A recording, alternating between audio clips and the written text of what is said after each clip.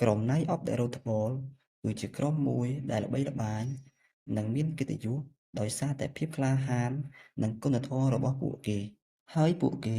បានការពារវិហារ Eventide ជាយូរមកហើយ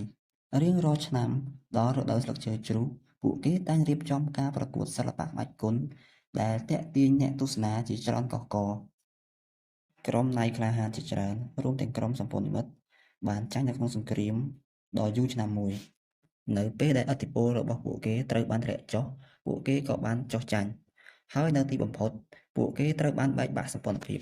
ហើយសត្រូវរបស់ពួកគេជ្រៀតពេលដែលក្រុមណៃនិងក្រុមសម្ព័ន្ធមិត្តបែកបាក់ក៏បានរៀបចំផែនការកម្ចាត់ក្រុមណៃចោលនៅពេលដែលពួកគេប្រារព្ធពិធីប្រកួតក្បាច់គុនការប្រកួតក្បាច់គុនប្រចាំឆ្នាំត្រូវបានប្រារព្ធឡើងតាមការគ្រោងទុកហើយមានមនុស្សម្នាជាច្រើនបានទៅវិហារ Eventide ដើម្បីមើលការប្រកួតនោះមួយរំពេចក្រោយមកសត្រូវបានបើកការវាយប្រហារដ៏គួរឲ្យភ្ញាក់ផ្អើលមួយដោយពួកគេបានវាយលុកភូមិដែលខ្សោយការការពារដូចព្យុះហើយបានចាកចេញទៅវិញយ៉ាងលឿនដូចភ្លេចបន្ទោដោយបន្សល់ទុកនៅការខូចខាតដែលឆេះអស់ជាមួយនឹងទឹកភ្នែករាសនៅពេលដែលពួកគេបានដឹងខ្លួនឡើងហើយសោកនាដកម្មដ៏គួរឲ្យរន្ធត់នេះត្រូវបានកើតឡើង3ដងក្នុងរយៈពេលតែប៉ុន្មានថ្ងៃប៉ុណ្ណោះ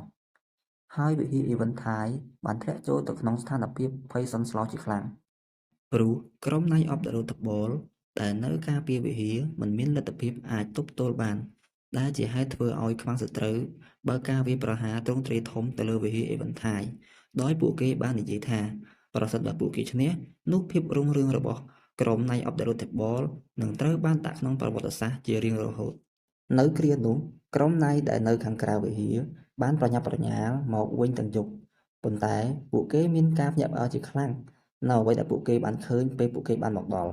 គឺវិហារដ៏ពិសិដ្ឋរបស់ពួកគេនៅតែខ្ពស់ត្រដែតខណៈដែលឈាមនិងក្បាលដែលប្រឡាក់ដែលពួកគេបានឃើញគឺសុទ្ធសឹងតែជារបស់សត្រូវ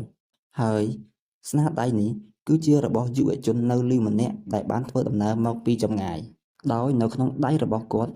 គឺមានជាមួយនឹង Excalibur ដែលគេស្គាល់ថាជាដាវរបស់ស្ដេចបើតាមរឿងព្រេងដាវនេះត្រូវបានដាក់ក្នុងផ្ទាំងថ្មដោយ Lady of the Lake ដើម្បីឧទ្ទិសដល់ស្ដេច Arthur បុរាណនិងជាទីគោរពប្រជាពលរដ្ឋដែលនៅរស់រានមានជីវិតបានរៀបរាប់ពីការវាយប្រហារនេះថាក្រុមសត្រូវបានសម្រុកចូលវិហារខណៈដែលក្រុមមនុស្សជាច្រើនបានរត់ភៀសខ្លួនគ្រប់ទិសទីហើយដាវដែលជារបស់អ្នកដំណើរវ័យក្មេងម្នាក់នោះត្រូវបានបាក់កំឡុងពេលប្រយុទ្ធគ្នាហើយដោយឃើញ Excalibur លេចចេញពីថ្មគាត់ក៏បានទាញវាយកចេញមកដោយមិនប្រឹងហើយប្រយុទ្ធបន្តរហូតយកឈ្នះពួកឈ្លានពានទាំងអស់នោះពេលបានលើកដូច្នេះក្រុមណៃទាំងអស់នោះមានភាពភ្ញាក់ផ្អើលជាខ្លាំងព្រោះតាមទំនៀមទម្លាប់ពីបុរាណបានបន្សល់ទុកពីជំនាន់មុនអ្នកដែលអាចទាញដាវនោះបានដោយមិនប្រឹងនិងដោយស្មោះត្រង់អ្នកនោះគឺមានលក្ខណៈស័ក្តិសមសម្រាប់ធ្វើជាប្រធានក្រុម Knights of the Round Table ហើយក្រុមណៃទាំងអស់បានប្រមូលផ្ដុំគ្នានៅជុំវិញយុវជននោះហើយបានដកដាវរបស់ពួកគេដោយស្បត់ភក្តីភាពរបស់ពួកគេចំពោះគាត់ចាប់តាំងពីពេលនោះមកយុវជននោះបានក្លាយជាប្រធានក្រុមនៃក្រុម Knights of the Round Table ហើយយុវជននោះមានឈ្មោះថា Arthur